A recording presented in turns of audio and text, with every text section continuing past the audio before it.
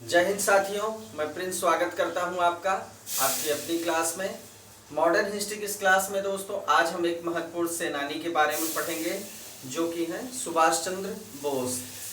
दोस्तों इसके पहले हमने भारत छोड़ो आंदोलन या क्विट इंडिया मूवमेंट पढ़ा और महात्मा गांधी के कार्यों को देखा, किस तरह सहयोग आंदोलन से लेकर भारत छोड़ो आंदोलन तक उनकी भूमिका रही और भी बहुत सारी चीज़ों को हमने डिस्कस किया। तो आज दोस्तों इस कड़ी में, स्वतंत्रता संग्राम की इस कड़ी में हम आज पढ़ेंगे नेताजी सुभाष चंद्र बोस के बारे में और आज़ाद हिंद फौज के बारे में। तो आइए दोस्तों मॉडर्न हिस्ट्री की ये क्लास शुरू करते हैं। आज का हमारा टॉपिक क्या है दोस्तों? सुभाष चंद्र बोस और आजाद हिंद फौज। सुभाष चंद्र बोस और आजाद हिंद फौज आज का हमारा टॉपिक होगा। सबसे पहले नेताजी सुभाष चंद्र बोस के बारे में कुछ परिचय करते हैं दोस्तों, इनके योगदान के बारे में, इनका पहले जीवन परिचय करते हैं। इनका जन्म दोस्तों कहाँ हुआ था? इनका जन्म जो है उड़ीसा के कटक में हुआ था। 23 जनवरी 1897 23 जनवरी 1897 को उड़ीसा में कटक में हुआ था। ठीक है, ये नेताजी के जन्म के विषय में बात है। और इन्होंने दोस्तों कलकत्ता यूनिवर्सिटी से क्या किया? स्नातक की उपाधि ली। कलकत्ता विश्वविद्यालय से, कलकत्ता यूनिवर्सिटी से इन्होंने क्या किया? 1919 में ग्रेजुएशन किया। ठीक है, 1919 में स्नातक की उपाधि ली।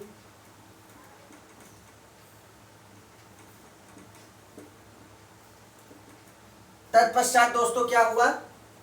इन्होंने 1920 में आईसीएस परीक्षा दी। ठीक है, और उसमें ये उत्तीर्ण हो गए। आईसीएस में 1920 में ये आईसीएस, इंडियन सिविल सर्विस,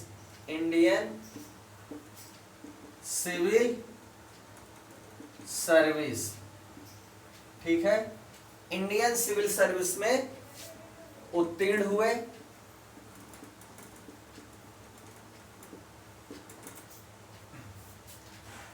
ठीक है, 1938 और 1939 में बाद में इन्होंने क्या किया?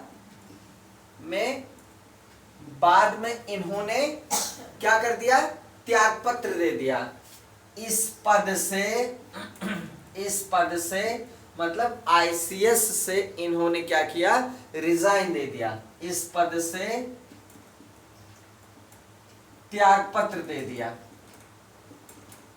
सोचिए, इतने बड़े पद पे होने के बावजूद भी उन्होंने देश सेवा के लिए आईसीएस पद को तुच्छ समझा। ठीक है, और उन्होंने जो है इससे त्याग पत्र दे दिया। चलिए, इन्होंने दोस्तों जो है ये कांग्रेस के अध्यक्ष बने। हम पढ़ चुके हैं, ये कांग्रेस के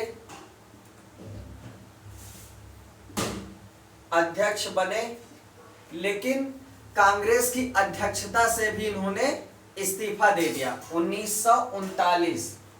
लेकिन 1939 में 1939 त्रिपुरी संकट आपको पता होगा दोस्तों।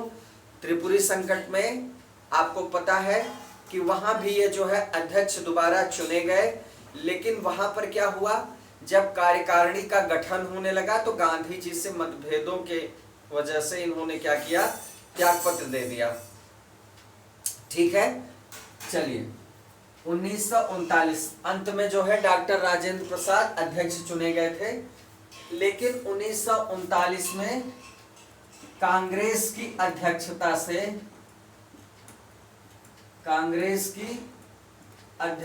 से त्यागपत्र दे दिया। ठीक है, कांग्रेस की अध्यक्षता से इन्होंने त्यागपत्र दे दिया और इन्होंने दोस्तों एक संस्था की स्थापना की। इन्होंने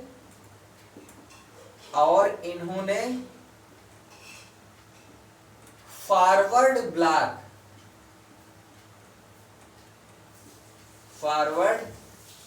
ब्लॉक, ठीक है, फॉरवर्ड ब्लॉक की स्थापना की। ठीक है, क्लियर है। इन्होंने किसकी स्थापना की? फॉरवर्ड ब्लॉक की। 1942 में दोस्तों ये जर्मनी चले जाते हैं। नेताजी सुभाष चंद्र बोस 1942 में जब भारत छोड़ो आंदोलन चल रहा था उस समय ये कहाँ चले जाते हैं? 1942 में जर्मनी चले जाते हैं। कहाँ चले जाते हैं? जर्मनी चले गए। ठीक है, आपको पता है दोस्तों इनकी सोच थी कि अंग्रेजों के दुश्मनों से हाथ मिला के हम अंग्रेजों पे दबाव बना सकते हैं और अपनी आज़ादी के लिए उन्हें हम मजबूर कर सकते हैं। चलिए आगे बढ़ते हैं। नेताजी सुभाष चंद्र बोस के जीवन की बातें भी बहुत महत्वपूर्ण है दोस्तों। एक एक चीज आपको पता होनी चाहिए क्योंकि ये महत्वपूर्ण स्वतंत्रता सेनानी थे। इनका योगदान अविस्मरणीय है स्वतंत्रता संग्राम में, इसलिए आपको इनके बारे में जानकारी रखना आवश्यक है। ठीक है, इन्होंने वर्ष 1943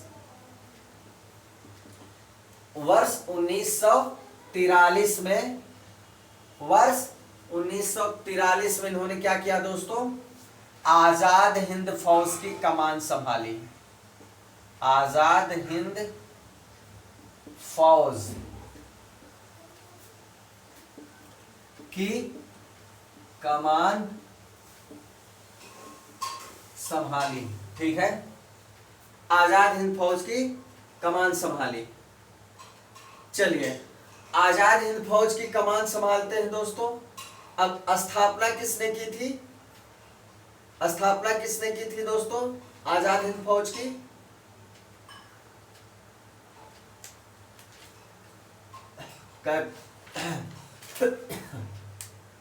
कैप्टन मोहन सिंह ने। ठीक है, किसने की थी? कैप्टन मोहन सिंह ने। चलिए आगे बढ़ते हैं। रास बिहारी बोस ने इन्हें क्या किया? इसकी कमान सौंप दी थी। आजाद हिंद फौज की स्थापना हो जाती है दोस्तों। चलिए अब 1943 में सुभाष चंद्र बोस ने जो है क्या किया? नेताजी ने आजाद हिंद फौज की कमान संभाल ली। ठीक है, नेताजी उपनाम से इन्हें बुलाया जाता है। नेताजी किसका उपनाम है? सुभाष चंद्र बोस का। सुभाष चंद्र बोस का। ठीक है, क्लियर हुआ?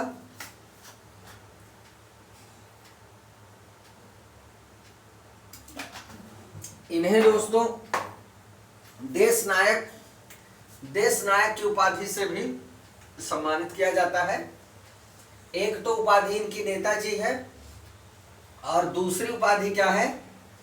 देश नायक। देश नायक की जो उपाधि होती है दोस्तों, इसको इनको किसने दी थी? गुरुदेव रविंद्रनाथ टैगोर ने। जब ये वर्ष 1938 में ये कांग्रेस के अध्यक्ष बनते हैं। कांग्रेस के अध्यक्ष बनते हैं तो उसी अवसर पर क्या होता है? कांग्रेस के अध्यक्ष बनने के अवसर पर ही इनको क्या मिलता है? ये उपाधि मिलती है देश नायक की, ठीक है। और ये देते हैं गुरुदेव रविंद्रनाथ टैगोर, रविंद्रनाथ टैगोर, ठीक है। गुरुदेव रविंद्रनाथ टैगोर कहाँ देते हैं? शांति निकेतन में, शांति निकेतन में, ठीक है। शांति निकेतन में इनको क्या देते हैं? देश नायक की उपाधि देते हैं। चलिए आगे बढ़ते हैं। इनकी एक उपाधि और है दोस्तों, नेताजी और देश नायक के अलावा इनकी उपाधि है देशभक्तों का देशभक्त, या इनको किसने कहा? देशभक्तों का देशभक्त। सुभाष चंद्र बोस को किसने कहा? महात्मा गांधी ने, ठीक है। महात्मा गांधी ने इनको क्या कहा? देशभक्तों का देशभक्तों का देशभक्त, ठीक है। चलिए 3 अप्रैल 1941, 3 अप्रैल 1941 को दोस्तों सुभाष चंद्र बोस कहां पहुंचे? जर्मनी में। कहां पहुंचे? जर्मनी में पहुंचे दोस्तों। और इसके बाद जो है 6 महीने बाद, वहां पर 6 महीने बाद विदेश मंत्रालय की सहायता से, विदेश मंत्रालय की सहायता से क्या होता है दोस्तों? उन्होंने एक सेंटर का गठन किया, the free India centre, the free India centre का गठन किया जर्मनी में। वहां के विदेश मंत्रालय की मदद से उन्होंने एक सेंटर का गठन किया दोस्तों, द फ्री इंडिया सेंटर। ये किसके द्वारा गठित किया गया? सुभाष चंद्र बोस के द्वारा। यहां से ये आजादी के पक्ष में पर्चे छपवाते थे, आजादी के पक्ष में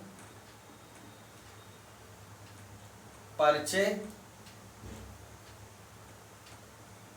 छपवाते थे, ठीक है। आजादी के पक्ष में यहां से वो पर्चे छपवाते थे, ठीक। और यहीं से वो भाषण देते थे, ठीक है, तथा भाषण देते थे, ठीक है। चलिए इतना क्लियर हुआ। चलिए आगे बढ़ते हैं दोस्तों। आगे देखते हैं सुभाष चंद्र बोस का योगदान क्या रहा। 1940 के अंत तक, 1941 के अंत तक दोस्तों क्या होता है? जर्मन तानाशाह एडोल्फ हिटलर ने क्या किया? जर्मन तानाशाह, क्या नाम था इसका? एडोल्फ हिटलर, ठीक है। एडोल्फ हिटलर क्या करता है दोस्तों? एडोल्फ हिटलर क्या करता है? निर्वासित आजाद हिंद सरकार को मान्यता दे देता है। निर्वासित आजाद हिंद सरकार को मान्यता दे दी, ठीक है। हिटलर क्या करता है? निर्वासित आजाद हिंद सरकार को मान्यता दे देता है। और इसके बाद जो है सुभाष चंद्र बोस को आजादी की लड़ाई के लिए सेना संगठित करने की सहमति प्रदान कर देता है, ठीक है। और सुभाष चंद्र बोस को आजादी की लड़ाई हेतु सेना संगठित करने की, सेना संगठित करने की अनुमति प्रदान कर देता है, कर दी। ठीक है, सेना संगठित करने की अनुमति प्रदान कर दी। ठीक है दोस्तों, चलिए आगे बढ़ते हैं। इसके बाद क्या होता है, इन्होंने एक सेना का गठन किया। सुभाष चंद्र बोस ने एक सेना का गठन किया। आइए देखते हैं उसमें किसको इन्होंने शामिल किया। वर्ष 1942, वर्ष दोस्तों 1942 में सुभाष चंद्र बोस ने, सुभाष चंद्र बोस ने उत्तरी अफ्रीका के रोमेल से, ठीक है, उत्तरी अफ्रीका के रोमेल, उत्तरी अफ्रीका की एक जगह थी रोमेल, तो रोमेल से पकड़े गए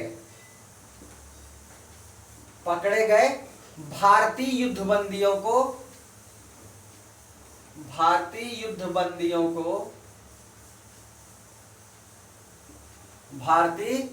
युद्धबंदियों को भर्ती कर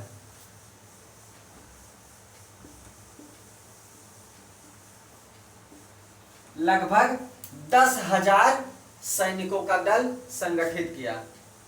लगभग 10,000 सैनिकों का दल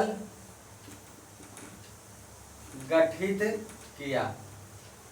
ये जो सैनिक थे दोस्तों, 10,000 सैनिक, ठीक है, ये कौन थे, नॉर्थ अफ्रीका के रोमेल से जो है पकड़े गए भारतीय युद्धबंदी थे। ठीक है, भारतीय युद्धबंदी थे जिसको इन्होंने अपनी सेना में शामिल किया, 10,000 सैनिकों को। ठीक है, इसे क्या कहा गया, द फ्री इंडियन लीजन। इसे द फ्री इंडियन लीजन कहा गया। ठीक है, इसे क्या कहा गया दोस्तों, द फ्री इंडियन लीजन। चलिए, आपने देखा दोस्तों कि आजाद हिंद फौज की स्थापना किसने की थी, इसके बारे में जानेंगे। कैप्टन मोहन सिंह ने। आइए देखते हैं आजाद हिंद फौज के बारे में। आजाद हिंद फौज की स्थापना, आजाद हिंद फौज की स्थापना मूलतः किसने की थी दोस्तों, कैप्टन मोहन सिंह ने। मूलतः कैप्टन मोहन सिंह ने की थी। ठीक है, किसने की थी, कैप्टन मोहन सिंह ने। ठीक है, चलिए, ये थे क्या दोस्तों, मोहन सिंह थे कौन, ये ब्रिटेन की सेना में, ब्रिटेन की जो भारतीय सेना थी, ये जो ब्रिटेन की भारतीय सेना थी उसमें अफसर थे। ब्रिटेन की भारतीय सेना में क्या थे, अफसर थे। ठीक है, क्लियर हुआ। जब ब्रिटिश सेना पीछे हट रही थी, जब ब्रिटिश सेना पीछे हट रही थी, तो ये जो है जापानियों के साथ हो गए। ब्रिटिश सेना पीछे हटने पे, ब्रिटिश सेना के पीछे हटने पे ये किसके साथ हो गए, जापानियों के साथ, जापानियों के साथ हो गए। ठीक है, ये किसके साथ हो गए, जापानियों के साथ। ठीक है, तो जापानियों ने जब भारतीय सैनिकों को मोहन सिंह के सुपुर्द कर दिया, जब जापानियों ने क्या किया कि भारतीय सैनिकों को मोहन सिंह के सुपुर्द कर दिया, तब वो एक अपनी आजाद हिंद फौज में उनको भर्ती करने लगे, उन सैनिकों को आजाद हिंद फौज में भर्ती करने लगे। ठीक है, चलिए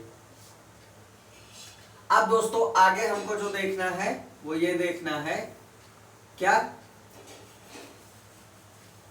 इंडियन नेशनल आर्मी।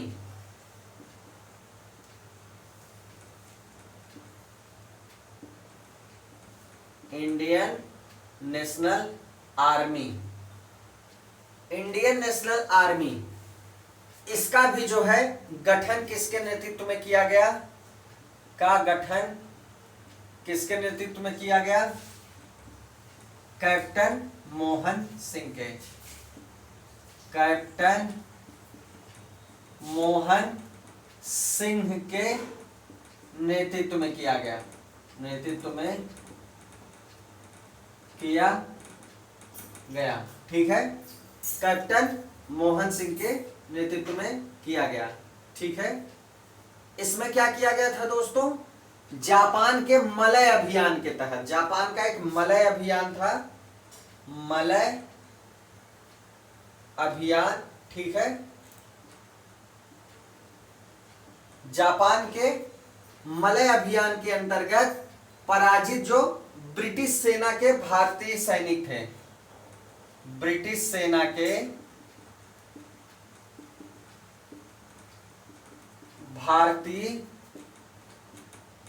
सैनिक, मतलब जापान ने मलय अभियान चलाया ब्रिटिश सेना के खिलाफ, तो ब्रिटिश सेना, ये जो पराजित ब्रिटिश सेना थी, पराजित ब्रिटिश सेना के जो भारतीय सैनिक थे, सैनिकों को इन्हीं में शामिल, इसी में शामिल किया गया। किसमें शामिल किया गया, इनको शामिल किया गया इंडियन नेशनल आर्मी में, इन्हीं को मिला के ये जो है सेना बनाई गई। चलिए ठीक है, अब आजाद हिंद फौज की स्थापना आपने देखी, मोहन सिंह ने की थी, इन्होंने इंडियन नेशनल आर्मी की भी स्थापना की थी। अब आजाद हिंद फौज के और पहलुओं के बारे में प्रकाश डालेंगे दोस्तों, आजाद हिंद फौज के और पहलुओं को देखेंगे। इसकी जो है पहली डिवीजन, आजाद हिंद फौज की जो पहली डिवीजन थी दोस्तों, आजाद हिंद फौज की जो पहली डिवीजन थी, ये सितंबर 1942 में गठित हुई, सितंबर 1942 में गठित हुई। ठीक है, सितंबर 1942 में गठित होती है। चलिए क्लियर हुआ। और इसके प्रथम सेनापति कौन बनते हैं, प्रथम सेनापति, प्रथम सेनापति कौन बनते हैं दोस्तों, कैप्टन मोहन सिंह। कैप्टन मोहन सिंह जो इसके क्या थे, संस्थापक थे, जिन्होंने इसकी स्थापना की थी, यही जो है प्रथम सेनापति इसके बनते हैं। ठीक है, क्लियर हुआ। चलिए अब दोस्तों 4 जुलाई 1943 पहली जो है इसकी डिवीजन बनती है 1942 में। 4 जुलाई 1943, 4 जुलाई 1943 को क्या होता है दोस्तों, रास बिहारी बोस ने, रास बिहारी बोस ने आजाद हिंद फौज की कमान सुभाष चंद्र बोस को सौंप दी, सुभाष चंद्र बोस को सौंप दी। ठीक है, मतलब 4 जुलाई 1943 को जो है आजाद हिंद फौज के सेनापति कौन बन गए, सुभाष चंद्र बोस। कौन बन गए, सुभाष चंद्र बोस। ठीक है, चलिए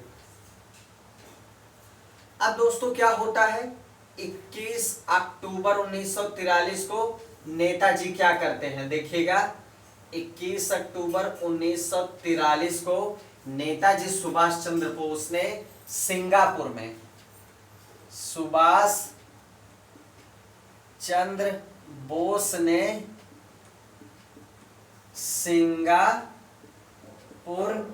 सिंगापुर में क्या करते हैं दोस्तों, स्वतंत्र भारत की अस्थाई सरकार, स्वतंत्र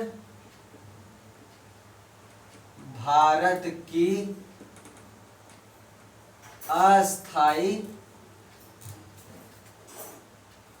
सरकार, जो आजाद हिंद सरकार के नाम से जानी जाती है, आजाद हिंद सरकार के नाम से जानी जाती है, उसका गठन किया। बहुत महत्वपूर्ण पॉइंट है दोस्तों, मोस्ट इंपॉर्टेंट पॉइंट है। 21 अक्टूबर 1943 को सुभाष चंद्र बोस ने कहां पर, सिंगापुर में स्वतंत्र भारत की अस्थाई सरकार, भारत अभी आजाद नहीं हुआ था, स्वतंत्र भारत की अस्थाई सरकार, जिसको इन्होंने नाम दिया आजाद हिंद सरकार, इसका इन्होंने यहां गठन किया। ठीक है, क्लियर हुआ। यह सिंगापुर द्वीप पर किया गया था, किंतु तब सिंगापुर द्वीप जो है ब्रिटिश मलय का अंग था, ब्रिटिश मलय था, उसका वो अंग था। क्लियर हुआ। चलिए आगे बढ़ते हैं दोस्तों।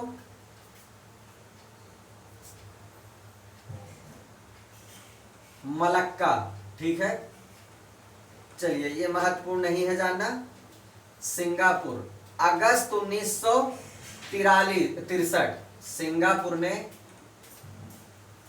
सिंगापुर, ठीक है, अगस्त 1963, अगस्त 1963 में स्वतंत्रता की घोषणा करता है, स्वतंत्रता की क्या करता है, घोषणा करता है। ठीक है, स्वतंत्रता की घोषणा करता है। 16 सितंबर 1963 को क्या होता है, मलेशिया का अंग बना। सिंगापुर किसका अंग बना, मलेशिया का अंग बना। ठीक है, चूंकि सिंगापुर आया है तो सिंगापुर के बारे में कुछ जानकारियां दोस्तों होना आवश्यक है। ठीक है, चलिए आगे बढ़ते हैं।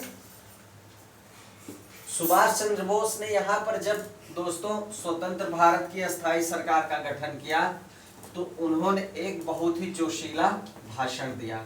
ठीक है, उन्होंने यहां पर कहा कि अभी हमें जो है, हमने बहुत त्याग किया है, लेकिन हमें प्राणों की आहुति देने वाले पुजारियों की आवश्यकता है, पागलों की आवश्यकता है, ऐसे मतलब उत्साही लोगों की आवश्यकता है जो प्राणों की आहुति प्रदान कर सकें। ठीक है, क्लियर हुआ। पागल पुजारी इन्होंने कहा, इन्होंने क्या कहा कि हमें आजादी के लिए अपना शीश भी चढ़ा देने हेतु, शीश चढ़ा देने हेतु या शीश चढ़ा देने को उद्यत जो है पागल पुजारी की आवश्यकता है। ठीक है, क्लियर हुआ, जो अपना गर्दन काट के स्वाधीनता देवी को चढ़ा दे। यही इन्होंने दोस्तों ये नारा दिया, तुम मुझे खून दो, मैं तुम्हें आजादी दूंगा, तुम मुझे खून दो, मैं तुम्हें आजादी दूंगा। यही इन्होंने ये जोशीला नारा दिया था। ठीक है, क्लियर हुआ। जय हिंद, जय हिंद बहुत महत्वपूर्ण है दोस्तों। जय हिंद का जो नारा था दोस्तों, ये किसने दिया था, ये नारा सुभाष चंद्र बोस ने दिया था, सुभाष चंद्र बोस ने दिया। और ये नारा दोस्तों क्या था, आजाद हिंद फौज जिसकी कमान इन्होंने संभाली 1943 में, आजाद हिंद फौज में ये नमस्कार का एक ढंग था, जैसे नमस्कार करते हैं, नमस्ते करते हैं, सत श्री अकाल करते हैं, वैसे जो है जय हिंद क्या था, आजाद हिंद फौज में, आजाद हिंद फौज में नमस्कार करने का ढंग था। ठीक है, नमस्कार करने का एक ढंग था। क्लियर हुआ? अब ये नारा सारे देश का हो गया है। अब ये बहुत सी कॉमन ही बात हो गई है कि हम इसको सामान्यतः इस्तेमाल करते हैं। जय हिंद नारे को अब पूरे देश में सामान्यतः इस्तेमाल किया जाता है। ठीक है, चलिए क्लियर हुआ। आजाद हिंद फौज दिवस कब मनाया गया दोस्तों? आजाद हिंद फौज दिवस, आजाद हिंद फौज दिवस कब मनाया गया? 12 नवंबर 1945 को, 12 नवंबर 1945 को मनाया गया आजाद हिंद दिवस। ठीक है, क्लियर हुआ? चलिए अब इसमें क्या हुआ दोस्तों? 5 नवंबर से 11 नवंबर, ठीक है, 5 नवंबर से 11 नवंबर ये तिथि महत्वपूर्ण है। किस लिए? कि आजाद हिंद फौज के सिपाहियों आर के सहगल, शाह नवाज और गुरबख्श सिंह ढिल्लन पर लाल किले में क्या किया गया? मुकदमा चलाया गया। 5 नवंबर से 11 नवंबर तक ये जो है क्या थे दोस्तों? ये जो है आजाद हिंद फौज के सिपाही थे। आर के सहगल, आर के सहगल, एक नाम आर के सहगल का है, और शाह नवाज और गुरबख्श सिंह ढिल्लन, शाह नवाज और गुरबख्श सिंह ढिल्लन, इन पे जो है मुकदमा चला जाता है दोस्तों। ये आजाद हिंद फौज के सिपाही होते हैं, आर के सहगल, शाह नवाज और गुरबख्श सिंह ढिल्लन। 5 नवंबर से 11 नवंबर के बीच क्या होता है? इन पे मुकदमा चलाया जाता है। कहां पर? लाल किले में, लाल किले में मुकदमा चलाया जाता है। ठीक है, क्लियर हुआ? चलिए अब इसमें दोस्तों प्रेम सहगल, गुरबख्श सिंह और शाहनवाज को फांसी की सजा दी जाती है, और इसके बाद जो है राशिद अली को, इन तीनों को फांसी की सजा मिलती है। फांसी की सजा, और राशिद अली को आजीवन कारावास मिलता है। राशिद अली को आजीवन, 7 वर्ष का मिलता है दोस्तों, आजीवन नहीं मिलता। राशिद अली को 7 वर्ष का कारावास मिलता है। कितने साल का? 7 वर्ष का। आजीवन कारावास नहीं मिलता। ठीक है, अब कांग्रेस ने दोस्तों इसके लिए क्या किया? कांग्रेस ने आजाद हिंद फौज बचाव समिति का गठन किया। ठीक है, यह महत्वपूर्ण है दोस्तों। कांग्रेस ने एक समिति का गठन किया जिसका नाम क्या था? आजाद हिंद फौज बचाव समिति। कांग्रेस ने आजाद हिंद फौज बचाव समिति का गठन किया। ठीक है, आजाद हिंद फौज बचाव समिति का गठन किया, जिसमें जो है नेतृत्व किसने किया? भूला भाई देसाई के नेतृत्व में कौन कौन थे दोस्तों? तेज बहादुर सप्रू, तेज बहादुर सप्रू, कैलाश नाथ काटजू, कैलाश नाथ काटजू, अरुणा आसफ अली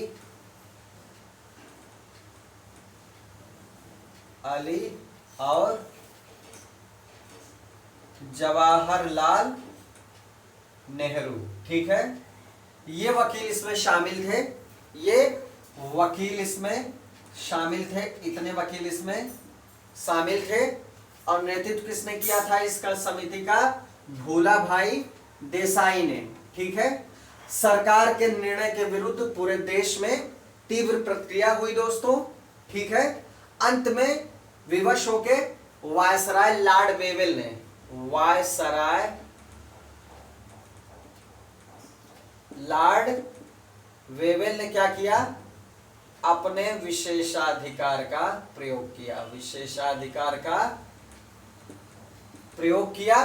और उसके बाद दोस्तों मृत्युदंड की सजा को माफ कर दिया। जो फांसी दी गई थी इन लोगों को, मृत्युदंड की सजा को माफ कर दिया। ठीक है। मृत्युदंड की सजा को माफ कर दिया। ठीक है। चलिए, ये हो गई कहानी आजाद हिंद फौज की। तो दोस्तों इस तरह हमने सुभाष चंद्र बोस और नेताजी सुभाष चंद्र बोस और आजाद हिंद फौज की छोटी छोटी बातों को देखा, किस तरह इसका गठन हुआ, किस तरह सुभाष चंद्र बोस के हाथों में कमान आई और आजाद हिंद फौज ने किस तरह जो है अस्थाई सरकार बनाई सिंगापुर में। तो ये सारी चीजें हमने समझी। महत्वपूर्ण टॉपिक है दोस्तों, उम्मीद है आपको समझ में आया होगा। तो आज के लिए दोस्तों इतना ही। मिलते हैं नेक्स्ट वीडियो में एक नए टॉपिक के साथ। बने रहिए मॉडर्न हिस्ट्री की क्लास में। इसी तरह कोई समस्या है हमें कमेंट कर सकते हैं दोस्तों। मिलते हैं नेक्स्ट वीडियो में। जय हिंद, जय भारत।